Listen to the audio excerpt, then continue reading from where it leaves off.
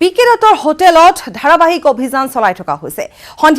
কালি সন্ধিয়াৰ ভাগত হোটেল ভাৰ্গৱ গ্ৰেণ্ডৰ পিছত লখৰাৰ হোটেল ভাৰ্গৱতো অভিযান চলাই চিআইডিয়ে। অভিযানকাৰী দলটোৱে সিল কৰে হোটেল ভাৰ্গৱ গ্ৰেণ্ডৰ 29টাকৈ কোঠা। কাৰ্যবাহী দণ্ডাধীশক লগত লৈ চিআইডিয়ে চলাইছিল অভিযান। 63জন এছআই পদৰ প্ৰাৰ্থী আছিল ভাৰ্গৱ গ্ৰেণ্ডত। ভাৰ্গৱ গ্ৰেণ্ডত এই কোঠাসমূহতে লেনদেন হৈছিল লাখ লাখ টকাৰ। একাংশ প্ৰাৰ্থীয়ে দিয়া স্বীকাৰোক্তিৰ ভিত্তিত অভিযান চলোৱা হয়। লখৰাৰ হোটেল ভাৰ্গৱতো 2টা কোঠাৰ লগতে সিল কৰা হয় হোটেলৰ নথিপত্ৰ আৰু নথিপত্ৰ জ্বলোৱা স্থান। যিহেতু প্ৰথম অভিযান কালতে তাত নথিপত্ৰসমূহ জ্বলাই দিয়া বুলি সন্দেহ প্ৰকাশ কৰা হৈছিল আৰু সেই সময়ছোৱাত কিছু ছাইৰ অৱশিষ্ট লৈ যোৱা হৈছিল নমুনা পৰীক্ষাৰ বাবে। আৰু পৰৱৰ্তী সময়ত আমি জনাই গৈছো যে ইতিমধ্যে সকলোবোৰ কোঠা বা সেই অভিযান কালত যি তথ্য ইতিমধ্যে পোহৰলৈ আহিছে সেই অনুপাতে ভাৰ্গৱ হোটেলে একমাত্ৰ স্থান য'ত এনেধৰণে পৰীক্ষাৰ্থীসকলক ৰখা হৈছিল। 29টাকৈ কোঠাত বৰ্তমান সিল কৰি দিয়া হৈছে। 63গৰাকীকৈ পৰীক্ষাৰ্থী তাত আছিল আৰু এই 63গৰাকী পৰীক্ষাৰ্থীয়ে টকা লেনদেন কৰিছিল আৰু তাত থাকিবলৈ তেওঁলোকক দিয়া হৈছিল, হোটেলৰ খৰচ দিয়া হৈছিল বা পিকে দত্ত সকলো খৰচ বহন কৰিছিল বুলি শেহতীয়া তথ্য অনুসৰি জানিব পৰা গৈছে। আৰু শেহতীয়া খবৰ যে কালি সন্ধিয়াৰ ভাগত পুনৰ এবাৰ অভিযান চলাই ভাৰ্গৱ গ্ৰেণ্ডৰ 29টাকৈ কোঠা সিল কৰি দিয়া হৈছে আৰু লখৰাৰ হোটেল ভাৰ্গৱতো 2টা কোঠা সিল কৰি দিয়া হৈছে।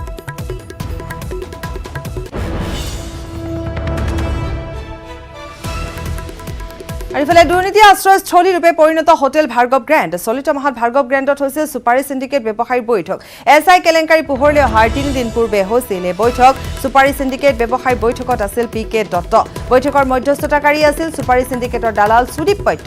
সুদীপ পাত্যই ইতিমধ্যে সংবাদ মাধ্যমৰ আগত জনাইছে তেওঁ একোৱেই নাজানে, তেওঁ পিকে দত্তক চিনিয়ে নাপায়। সেয়া ভাষ্য আমি কালি শুনাইছিলোঁ। কিন্তু যি খবৰ শেহতীয়াকৈ সন্ধিয়াৰ ভাগলৈ আহে সেয়া হৈছে যে এছআই কেলেংকাৰী পোহৰলৈ অহাৰ 3 দিন পূৰ্বে তাত এখন বৈঠক অনুষ্ঠিত হৈছিল। ছুপাৰী সিন্ডিকেট ব্যৱসায়ীৰ এই বৈঠক অনুষ্ঠিত হৈছিল য'ত মধ্যস্থতাকাৰী হিচাপে আছিল সুদীপ পাত্য।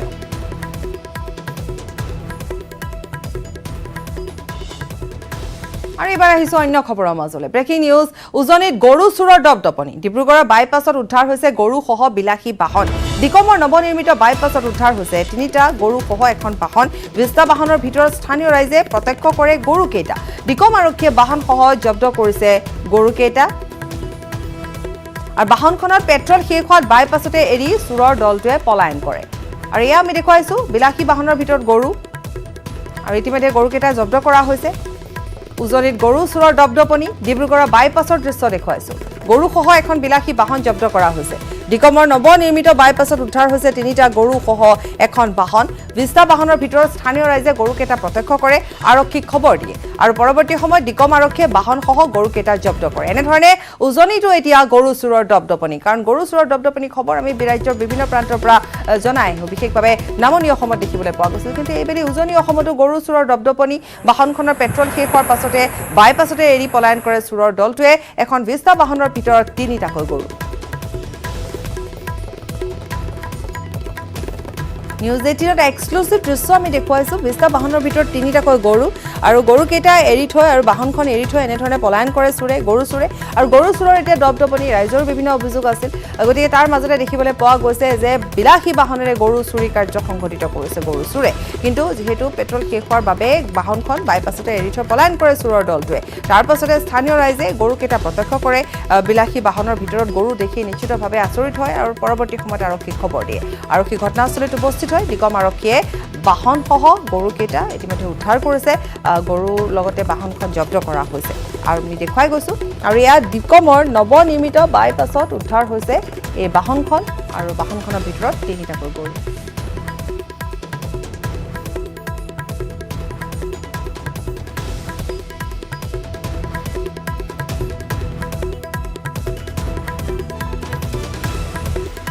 যোৰহাটত কোভিড আক্ৰান্ত হৈ মৃত্যু হৈছে এজন আৰক্ষী বিষয়াৰ। পুৱা GMCHত মৃত্যু আৰক্ষী বিষয়া অঞ্জন শইকীয়াৰ। 29 ছেপ্টেম্বৰত চিকিৎসালয়ত ভৰ্তি কৰা হৈছিল আৰক্ষী বিষয়াগৰাকীক। মৃত্যুৰ সময়ত অঞ্জন শইকীয়াৰ বয়স 48 বছৰ আছিল। মাত্ৰ 48 বছৰ বয়সতে মৃত্যু সাৱটি ল'লে এগৰাকী দক্ষ আৰক্ষী বিষয়াই। আৰক্ষী বিষয়া অঞ্জন শইকীয়া ইতিমধ্যে আমি জনাইছোঁ যে 29 ছেপ্টেম্বৰত তেওঁক চিকিৎসালয়ত ভৰ্তি কৰোৱা হৈছিল। উচ্চ ৰক্তচাপত ভুগিছিল অঞ্জন শইকীয়াই আৰু লগতে কোভিডৰ লক্ষণ যিহেতু পোৱা গৈছিলে আৰু সেইবাবে তেওঁ চিকিৎসালয়ত ভৰ্তি হৈছিল। সাধাৰণভাৱে ভৰ্তি হৈছিল, কিন্তু উচ্চ ৰক্তচাপত ভোগাৰ বাবে পৰৱৰ্তী সময়ত স্বাস্থ্য অৱনতি ঘটে আৰু শেহতীয়াকৈ যি খবৰ আমাৰ হাতত আহি পৰিছে এগৰাকী দক্ষ আৰক্ষী বিষয়াৰ মৃত্যু হৈছে কোভিড আক্ৰান্ত হৈ।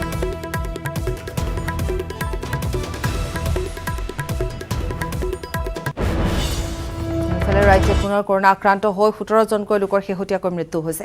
কৰনাত মৃত্যু হৈছে লখিমপুৰত দিলৱাৰ হুছেইন হাজৰিকা, যাৰ বয়স 62 বছৰ, হেমচন্দ্ৰ বৰুৱা 54 বছৰ, নাৰায়ণ পেগু 52 বছৰ, ডিব্ৰুগড়ৰ ডাক্তৰ অনিল তামুলী 67 বছৰ, ৰুকুনুদ্দিন আহমেদ 52 বছৰ, সুবোধ চৌধুৰী 72 বছৰ, দৰঙৰ জহিৰুল ইছলাম, মৰিগাঁৱৰ সত্যদেৱ শৰ্মা, নগাঁৱৰ প্ৰেমলাল কোঁৱৰ, ৰবীন বৰা, যোৰহাটৰ টুলু চেতিয়া, শোণিতপুৰৰ চেনিমাই দাস, কোকৰাঝাৰৰ অভিজিত বিশ্বাস, কৰিমগঞ্জৰ বাণীপাল চৌধুৰী, নলবাৰীৰ জান্তি ডেকা, কাছাৰৰ সঞ্জয় চুৰ আৰু কামৰূপৰ হুছেইন আলী। ৰাজ্যত কৰনাত মৃত্যু হোৱা লোকৰ সংখ্যা বৰ্তমান 697লৈ বৃদ্ধি পাইছে।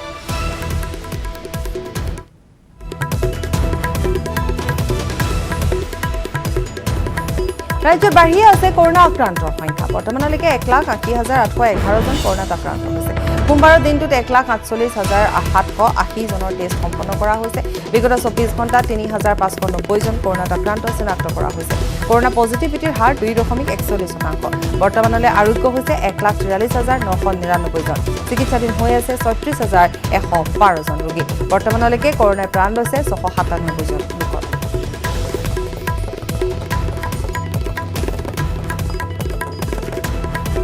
আৰু প্ৰায় 6 মাহৰ অন্তত পুনৰ খুলিব চিনেমা হল। 50% দৰ্শকৰে চিনেমা হল খোলাৰ অনুমতি প্ৰদান কৰা হৈছে।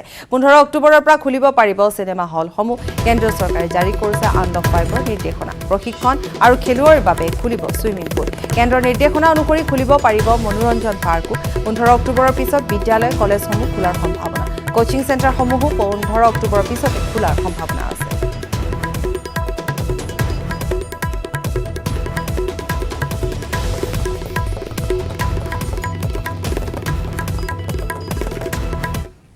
আৰু উত্তৰ গুৱাহাটীৰ লেঙাত ঘৰচীয়া মহৰ সন্ত্ৰাস। মহৰ আক্ৰমণত গুৰুতৰভাৱে আহত হৈছে এজন বাইক আৰোহী।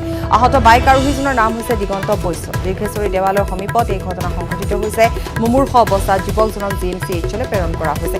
এমাহ পূৰ্বে একেটা স্থানত মহৰ আক্ৰমণত নিহত হৈছিল এজন যুৱক। আৰু পুনৰ সেই স্থানতে ঘৰচীয়া মহে সন্ত্ৰাস সৃষ্টি কৰিছে, আৰু যাৰ ফলত আৰু এজন লোকৰ শেহতীয়াকৈ মৃত্যু হোৱাৰ খবৰ আহি পৰিছে। মহৰ আক্ৰমণত গুৰুতৰভাৱে আহত হৈছে, আৰু বিশেষভাৱে সেই স্থানত দেখিবলৈ পোৱা গৈছে পূৰ্বতেও ঘৰচীয়া মহে এনেধৰণে সন্ত্ৰাস সৃষ্টি কৰি আহিছে বুলি ইতিমধ্যে ৰাইজে জনাইছে।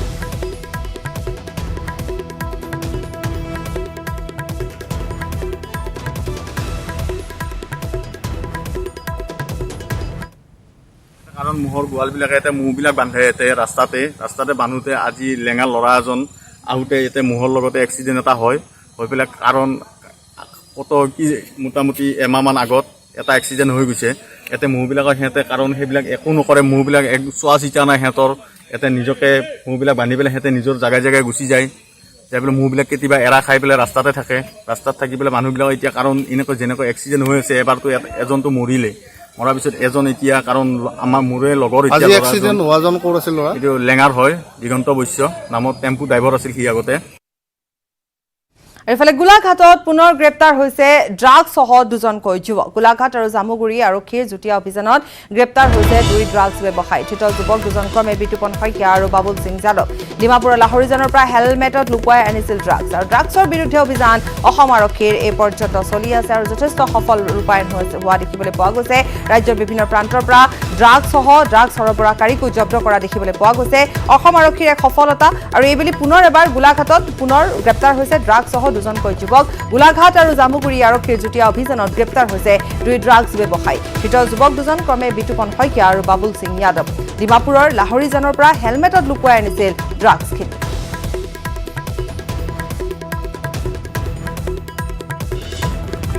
ৰঙাপাৰাত অখিল ভাৰতীয় চাহ মজদুৰ সংঘৰ প্ৰতিবাদ। চাহ শ্ৰমিকক দৈনিক 351 টকা হাজিৰা আদায় দিয়াৰ লগতে মাটিৰ পট্টা প্ৰদানৰ দাবীত প্ৰতিবাদ সাব্যস্ত কৰে অখিল ভাৰতীয় চাহ মজদুৰ সংঘই। লগতে শিক্ষা আৰু স্বাস্থ্যৰ বাবে আইন প্ৰস্তুত কৰা আৰু শ্ৰমিকৰ জৰুৰী সমস্যা সমাধানৰ দাবীত অখিল ভাৰতীয় চাহ মজদুৰ সংঘ আৰু চিটুৱে ৰঙাপাৰাত উলিয়াই এক প্ৰতিবাদী সমদল।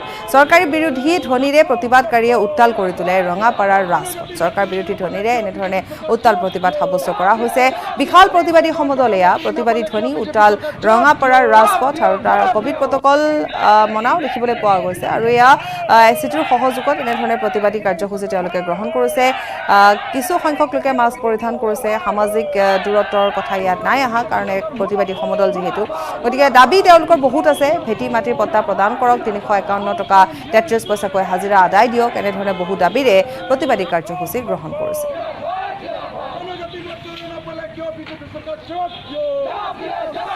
আমি জনাইছোৱে যে অসম আৰক্ষী ড্ৰাগছ বিৰোধী যি অভিযান সেয়া অব্যাহত আছে আৰু যথেষ্ট সফল হৈছে বৰপেটাটো ড্ৰাগছৰ বিৰুদ্ধে অব্যাহত আছে আৰক্ষীৰ অভিযান বৰপেটা আৰক্ষীয়ে অভিযান চলাই এখন বলেৰো পিকআপ ভনৰ পৰা জব্দ কৰিছে নিষিদ্ধ ব্ৰাউন চুগাৰ সহ গাঞ্জা আৰু বহু পৰিমাণৰ নিচাযুক্ত টেবলেট ড্ৰাগছ সৰবৰাহৰ অভিযোগত এজন গাড়ী চালককো গ্ৰেপ্তাৰ কৰিছে আৰক্ষীয়ে ধৃত গাড়ী চালকটো যোগীৰ পাম গাঁৱৰ হাফিজুদ্দিন জনিয়াৰ পৰা বৰপেটা অভিমুখে আহি থকা এখন বলেৰো পিকআপ ভনত তালাচী চলাই আৰক্ষীয়ে 9টা ব্ৰাউন চুগাৰ সহ কণ্টেইনাৰ সহ গাঞ্জা আৰু নিচাযুক্ত টেবলেটসমূহ জব্দ কৰিছে ড্ৰাগছ উদ্ধাৰ হোৱা AS15AC0587 নম্বৰৰ বলেৰো পিকআপ ভানখনো ইতিমধ্যে জব্দ কৰিছে আৰক্ষীয়ে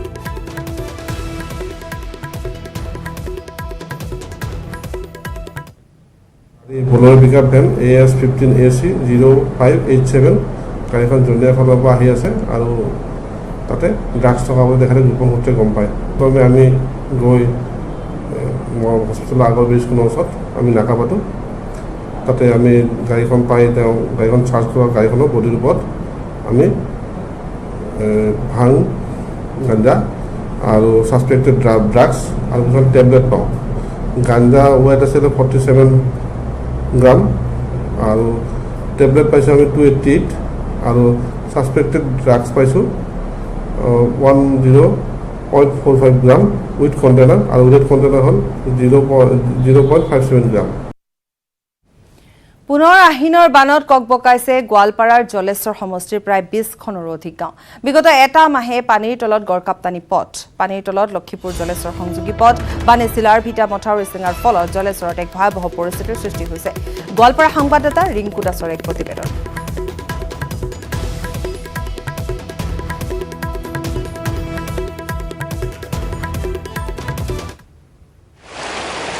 আহিন মাহৰ বানপানীয়ে জলেশ্বৰ সমষ্টিত এক বিভীষিকাময় পৰিৱেশৰ সৃষ্টি কৰিছে আৰু এই মুহূৰ্তত মই উপস্থিত আছোঁ এই জলেশ্বৰ সমষ্টিৰ যি খাৰুবাজ অঞ্চলত আৰু যি গড়কাপ্তানিক পথ লক্ষীপুৰৰ পৰা যি জলেশ্বৰলৈ যোৱা যি গড়কাপ্তানিক পথ সম্পূৰ্ণৰূপে পানীৰ তলত বুৰ গৈছে যি 6 জুলাইতে যি চিৰাল ভিটা মথাউৰি ছিগাৰ ফলত ইতিমধ্যে যি ভগা অংশৰে ইতিমধ্যে হুৰহুৰাই পানী বাগৰিছে তেওঁলোকৰ যোগাযোগ ইতিমধ্যে সম্পূৰ্ণৰূপে বিচ্ছিন্ন হৈ পৰিছে তেওঁলোকে টুলুঙা নাৱেৰে বিপদসংকুলভাৱে ইতিমধ্যে যাতায়াত অব্যাহত ৰাখিছে কিন্তু এই লোকসকলক প্ৰায় 20খনৰ অধিক গাঁৱৰ লোক ইতিমধ্যে যি বানপানীৰ কবলত পৰিছে কিন্তু জিলা প্ৰশাসনে হওক বা যাৰ স্থানীয় বিধায়ক যিসকল এই লোকসকলক উদ্ধাৰ অভিযানৰ কাৰণে যেনেকুৱা ধৰণৰ ব্যৱস্থা গ্ৰহণ কৰিব লাগিছিল কিন্তু তেনেকুৱা ধৰণৰ কোনো ব্যৱস্থা গ্ৰহণ কৰা পৰিলক্ষিত হোৱা নাই আৰু দৃশ্য আমি দেখুৱাম মোৰ সহযোগীক দৃশ্য দেখুৱাবলৈ অনুৰোধ জনাইছোঁ এক ভয়ংকৰ দৃশ্য বুলি ক'ব লাগিব এই গড়কাপ্তানিক পথ খাৰুবাজ অঞ্চলত যি গড়কাপ্তানিক পথ এই গড়কাপ্তানিক পথৰ ইতিমধ্যে হুৰহুৰাই পানী বাগৰিছে কিয়নো চিলাৰ ভিটা মথাউৰি যি ভগা অংশৰে ইতিমধ্যে পানী সোমাইছে ব্ৰহ্মপুত্ৰৰ জলবিদ্যুৎ যিমানে বৃদ্ধি পাইছে সিমানে দেখা গৈছে জলেশ্বৰ অঞ্চলৰ ন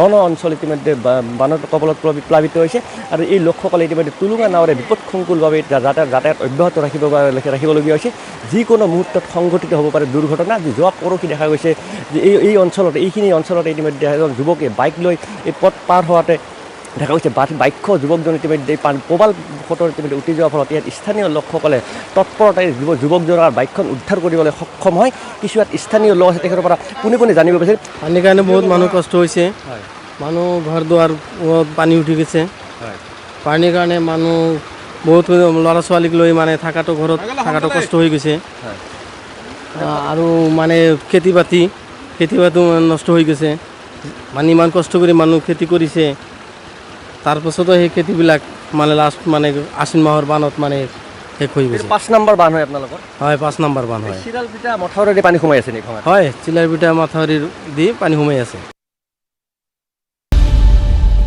স্বাগতম বিৰতিৰ পাছত দুৰাৰোগ্য ৰোগত আক্ৰান্ত হৈ জিএমচিএইচত চিকিৎসাধীন নলবাৰীৰ এগৰাকী মেধাৱী ছাত্ৰ দুৰাৰোগ্য ৰোগত আক্ৰান্ত হৈ জিএমচিএইচত চিকিৎসাধীন হৈ আছে দেৱব্ৰত শৰ্মা নামৰ নলবাৰী মহাবিদ্যালয়ৰ গণিত বিভাগৰ 5ম ষান্মাসিকৰ ছাত্ৰগৰাকী কিন্তু দেৱব্ৰতৰ উন্নত চিকিৎসাৰ বাবে আৰ্থিকভাৱে সমস্যাৰ সন্মুখীন হৈছে পৰিয়ালটো সেয়েহে অসুস্থ ছাত্ৰগৰাকীৰ চিকিৎসাৰ বাবে পৰিয়ালটোৱে বিচাৰিছে ৰাইজৰ সহায় কোনো সদাশয় লোকে ছাত্ৰগৰাকীক আৰ্থিকভাৱে সহায় কৰিব বিচাৰিলে যোগাযোগ কৰিব পাৰিব এই নম্বৰটো আমি জনাই দিছোঁ 70023914 1426 নম্বৰ। এই নম্বৰটো যোগাযোগ কৰিব পাৰিব যদিহে কোনো সদাশয় লোকে সহায়ৰ হাত আগবঢ়াব বিচাৰে। 7002391426। দেৱব্ৰতৰ চিকিৎসাৰ বাবে যথেষ্ট টকাৰ বা যথেষ্ট আৰ্থিক সহায়ৰ প্ৰয়োজন হৈ পৰিছে আৰু সেইবাবে ৰাইজৰ পৰা কিছু পৰিমাণে আৰ্থিক সহায়ৰ আহ্বান জনাইছে পৰিয়ালৰ লোকে। যদিহে কোনো লোকে সহায় কৰিব বিচাৰে আৰ্থিকভাৱে তেতিয়াহ'লে এই নম্বৰটোত যোগাযোগ কৰিব পাৰে।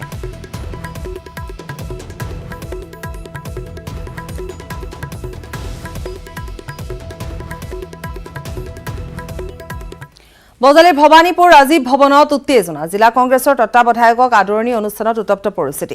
তত্ত্বাৱধায়ক বিধায়ক আব্দুল কালাম ৰছিদ আলমক উষ্ম আদৰণি অনুষ্ঠানত সৃষ্টি হয় অপ্ৰীতিকৰ পৰিস্থিতি। ভৱানীপুৰ ব্লক কংগ্ৰেছ কমিটিৰ উদ্যোগত আবুল কালাম ৰছিদ আলমক সম্বৰ্ধনা জনোৱাৰ উদ্দেশ্যে আয়োজিত সভাত কংগ্ৰেছীৰ মাজতে সৃষ্টি হয় সংঘাত। আদৰণি অনুষ্ঠানত সভা চলি থাকোঁতে কংগ্ৰেছৰ দুটা পক্ষৰ মাজত সৃষ্টি হয় খণ্ডযুদ্ধৰ। অৱশ্যে বিধায়ক আব্দুল কালাম ৰছিদ আলমৰ লগতে বিধায়কগৰাকীৰ দেহৰক্ষীয়ে নিয়ন্ত্ৰণ কৰে সমগ্ৰ পৰিস্থিতিটো। বজালীৰ ভৱানীপুৰ ৰাজীৱ ভৱনৰ দৃশ্য এয়া। জিলা কংগ্ৰেছৰ তত্ত্বাৱধায়কক আদৰণি অনুষ্ঠানত উত্তপ্ত পৰিস্থিতিৰ সৃষ্টি হয়। তত্ত্বাৱধায়ক বিধায়ক আব্দুল কালাম ৰছিদ আলমক উষ্ম আদৰণি অনুষ্ঠানত সৃষ্টি হয় অপ্ৰীতিকৰ পৰিস্থিতি।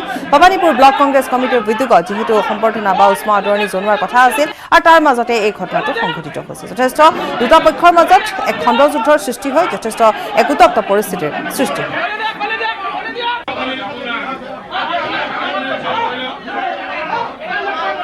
অপৰাধীৰ ৰম্য ভূমিত পৰিণত বাইহাটা চাৰিআলি। দিন দুপৰতে ষ্টেট বেংকৰ সন্মুখৰ পৰা দুৰ্বৃত্তই কাঢ়ি নিলে 2 লক্ষাধিক টকা। বাবুল আলী নামৰ লোকজনৰ পৰা লুটি নিলে 2,75,000 টকা। বেংকৰ পৰা টকা উলিয়াই বাবুল আলীয়ে চাইকেলেৰে গৈ থকা অৱস্থাতে বাইকত অহা 2 দুৰ্বৃত্তই কাঢ়ি লৈ যায় টকাখিনি। ঘটনা সন্দৰ্ভত বাইহাটা চাৰিআলি আৰক্ষী থানাত অৱগত কৰাত আৰক্ষীয়ে তদন্ত আৰম্ভ কৰে। পুনৰ জনাইছো, অপৰাধীৰ ৰম্য ভূমিত পৰিণত বাইহাটা চাৰিআলি। দিন দুপৰতে ষ্টেট বেংকৰ সন্মুখৰ পৰা দুৰ্বৃত্তই কাঢ়ি নিলে 2 লক্ষাধিক টকা। বাবুল আলী নামৰ লোকজনৰ পৰা লুটি নিলে 2,75,000 টকা। বেংকৰ পৰা টকা উলিয়াই বাবুল আলীয়ে চাইকেলেৰে গৈ থকা অৱস্থাতে বাইকত অহা 2 দুৰ্বৃত্তই কাঢ়ি লৈ যায় টকাখিনি। ঘটনা সন্দৰ্ভত বাইহাটা চাৰিআলি আৰক্ষী থানাত অৱগত কৰাত আৰক্ষীয়ে তদন্ত আৰম্ভ কৰে।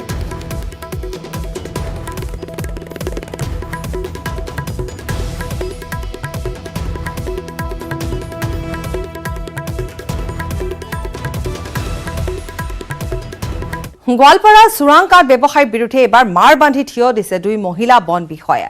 বন ধ্বংসৰ বিৰুদ্ধে চলা অভিযানৰ সন্মুখৰ পৰা নেতৃত্ব দিয়া মহিলা বিষয়াৰ হুংকাৰ, কোনো কাৰণতে চলিবলৈ দিয়া নহব চোৰাং কাঠৰ ব্যৱসায়। একেদিনাই জব্দ কৰে এটা অবৈধ কাঠফলা মিল, 1.5 লক্ষাধিক টকাৰ চেগুন গছৰ কুণ্ডা আৰু কাঠ ভৰ্তি বাহন। বাহনখনত আছিল প্ৰায় 40,000 টকাৰ চেগুন গছৰ কাঠ। 2 মহিলা বনাঞ্চলিক বিষয়া শিৱানী দলে আৰু শান্তনা মেধিৰ নেতৃত্বত চলিছিল এই অভিযান। অৱশ্যে বন বিভাগৰ অভিযানৰ খবৰ পাই পলায়ন কৰে চোৰাং কাঠ ব্যৱসায়ীসকল। ইতিমধ্যে আমি দেখুৱাই গৈছো যে কেনেধৰণে অবৈধ কাঠফলা মিল জব্দ কৰিছে আৰু বিশেষকৈ 2গৰাকী মহিলা বন বিষয়াই এই ভূমিকা গ্ৰহণ কৰা দেখিবলৈ পোৱা গৈছে।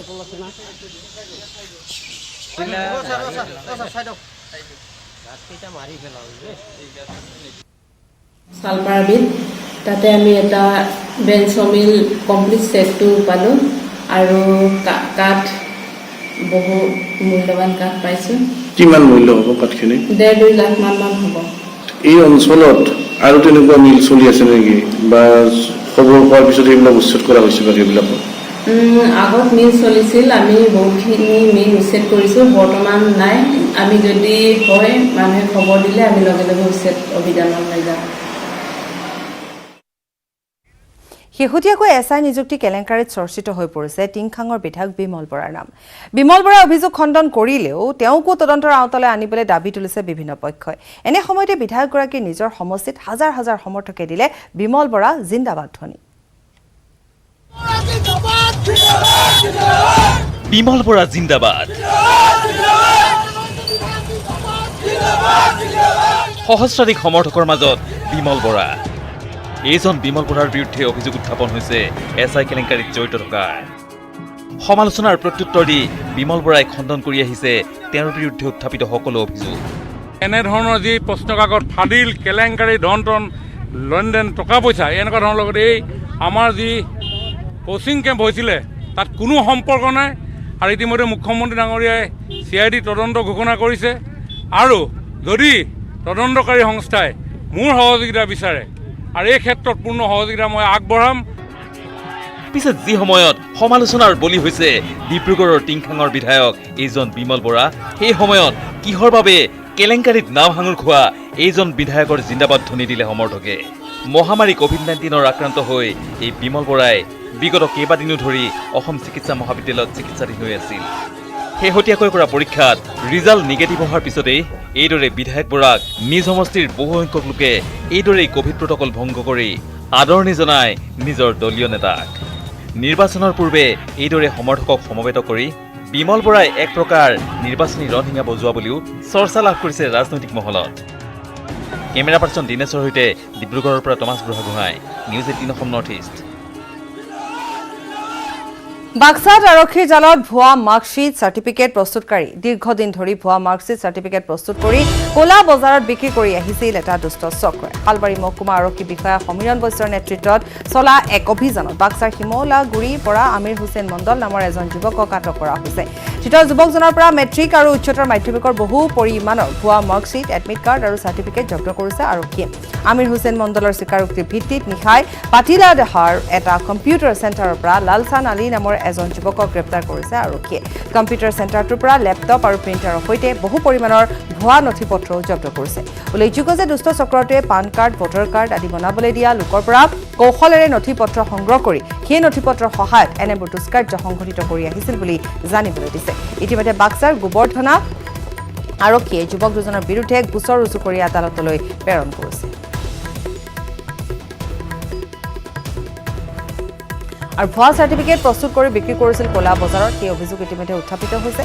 শিমলাগুৰিৰ পৰা আটক কৰা হৈছে আমিৰ হুছেইন মণ্ডলক। ইতিমধ্যে আটক কৰাৰ পাছত আৰক্ষীয়ে এই কথা জানিবলৈ দিছে যে আমিৰৰ পৰা জব্দ হৈছে বহু পৰিমাণৰ আপত্তিজনক নথি পত্ৰ, ভুৱা মাৰ্কশ্বিট জব্দ কৰা হৈছে, জাল চাৰ্টিফিকেট জব্দ কৰা হৈছে।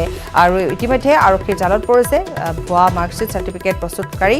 ভুৱা চাৰ্টিফিকেট প্ৰস্তুত কৰি ক'লা বজাৰত বিক্ৰী কৰিছিল আমিৰ হুছেইন মণ্ডল নামৰ এজনে। শিমলাগুৰিৰ পৰা ইতিমধ্যে আটক কৰা হৈছে আমিৰ হুছেইন মণ্ডল নামৰ এইজন লোকক।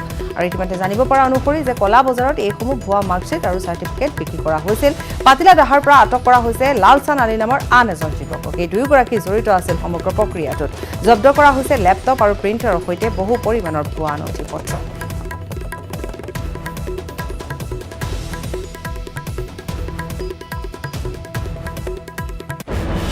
ইয়াৰ সৈতে এই মুহূৰ্তৰ পৰা বিদায় লৈছো। নমস্কাৰ। মানে জানেনে